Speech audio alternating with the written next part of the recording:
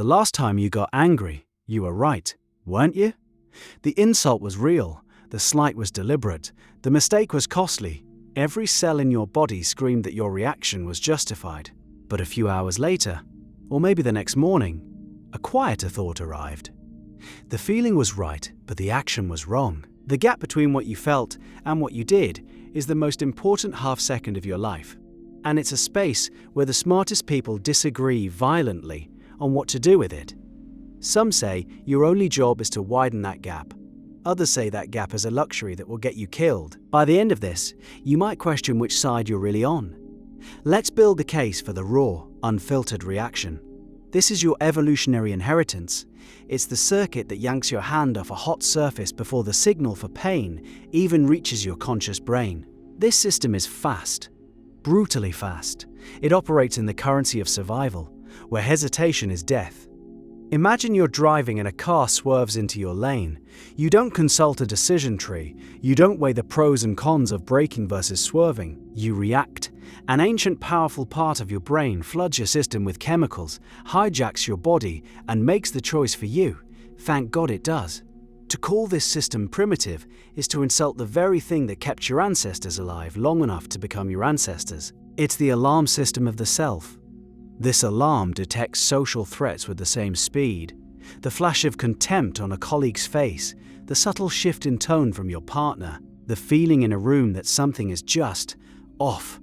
Your reactive brain processes this non-verbal data thousands of times faster than your conscious mind can.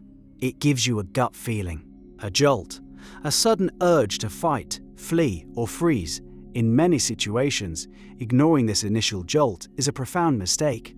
It's the data from your oldest, most time-tested intelligence agency. It's telling you to pay attention, right now, because a threat to your safety, status, or connection has been detected.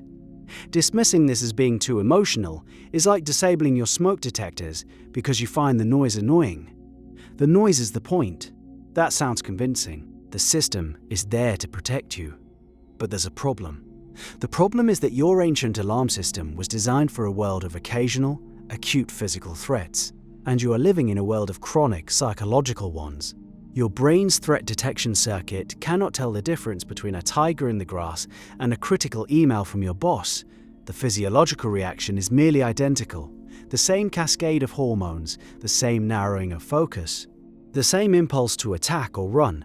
When you fire back a defensive, angry email 10 seconds after reading the first one, you are, neurologically speaking, throwing a spear at a tiger. The spear might feel good to throw, but the consequences in an office are radically different than in the savannah. This is the argument for the response. The response is the pause. It's the conscious choice to create a space between the stimulus and your action. This is the birthplace of wisdom. It's where you stop being a passenger in your own body and take the wheel. The initial reaction, the anger, the fear, the defensiveness, still happens. It's automatic. You can't stop the wave, but you don't have to let it crash on the shore. You can learn to surf it. Responding is the act of feeling that hot surge of anger and asking a simple question, is this useful right now? It's getting feedback that feels like an attack, and instead of building a wall, you build a bridge. You ask, can you tell me more about that? This single choice, to engage with curiosity instead of hostility, is the foundational skill for growth in every area of life. It's what separates a senior leader from a junior employee, a stable relationship from a volatile one, a learning machine from a broken record. Every time you successfully insert that half-second pause, you are exercising the most evolved part of your brain. You are choosing the long-term game over the short-term satisfaction of being right. And yet, the other side has its own blind spot. The advice to just take a breath is everywhere. It's simple, it's clean, and it sounds profound. It also completely ignores the biological cost of doing so. Responding is not free. It is a metabolically expensive act. Your brain runs on glucose, and the prefrontal cortex, the part responsible for deliberate thought, emotional regulation, and long-term planning, is the most energy-hungry part of the whole system. Reacting is cheap. It's the brain's default, its energy-saving mode. Every time you force a response over a reaction, you are spending a finite daily budget of cognitive energy. What happens when that budget runs out? Ask any judge. Studies on judicial rulings show that judges are more likely to grant parole at the beginning of the day or right after a lunch break. As the day wears on and their cognitive resources deplete, they become far more likely to deny parole and revert to the default safe decision. They aren't being malicious, they are tired. Their capacity to respond with careful deliberation is exhausted, so they react with a simple no. This is called decision fatigue. You have felt it at the end of a long day when you snap at your partner over something trivial. You felt it when you give in and buy the junk food at the checkout counter. Your willpower is a muscle, and by the end of the day, you've done too many reps. Telling someone in that state to just be more mindful is like telling a marathon runner at mile 25 to just run faster. Their legs are gone. The tank is empty. The reactive system is now in charge. This reveals a deeper, more uncomfortable truth. Sometimes, the noble act of responding is a mask for something else entirely. Paralysis. We call it doing research, we call it thinking it through. Often it's just fear. Fear of making the wrong choice, fear of commitment, fear action. The reaction, for all its messiness, at least creates movement. It generates a data point. It gets you off of zero. The person who reacts to a business idea by immediately building a crude prototype will learn more, faster, than the person who spends 6 months responding by writing a perfect business plan. The world gives feedback to action, not to thought. In the time it takes you to craft the perfect, most well-reasoned response, the opportunity might have vanished. The window might have closed. The person who reacted already took the prize. So where does this leave us? Reacting is your survival instinct, necessary but outdated for modern life. Responding is your wisdom circuit, powerful but metabolically costly and prone to paralysis. It seems like an impossible trade-off, a choice between being a hothead and an overthinker. But the game is more subtle than that. The true masters of this skill don't choose one over the other, they calibrate. The goal is to get your ancient bodyguard and your modern strategists talking to each other. It's about teaching the reactionary system what a real emergency looks like in the 21st century. How is this possible? Look at any high-stakes expert, a fighter pilot, an ER surgeon, a bomb disposal technician. In a crisis, do they react or respond? The answer is both. Their reaction is a response that has been trained to the point of automaticity. Through thousands of hours of simulation and practice, they have carved new pathways in their brain. They have built a library of sophisticated reactions. When a pilot's engine fails, they don't have a novel thought. They execute a checklist that has been drilled into their spinal cord. Their hands move before their conscious mind catches up. It looks like a reaction. It feels like a reaction, but it's the fruit of 1,000 premeditated responses. They did the slow, expensive work of responding ahead of time, in training, so that in the moment of truth, the right action is also the fastest one. This is what it means to train your instincts. This reveals the flaw in the self-help advice. You can't just decide to be more responsive.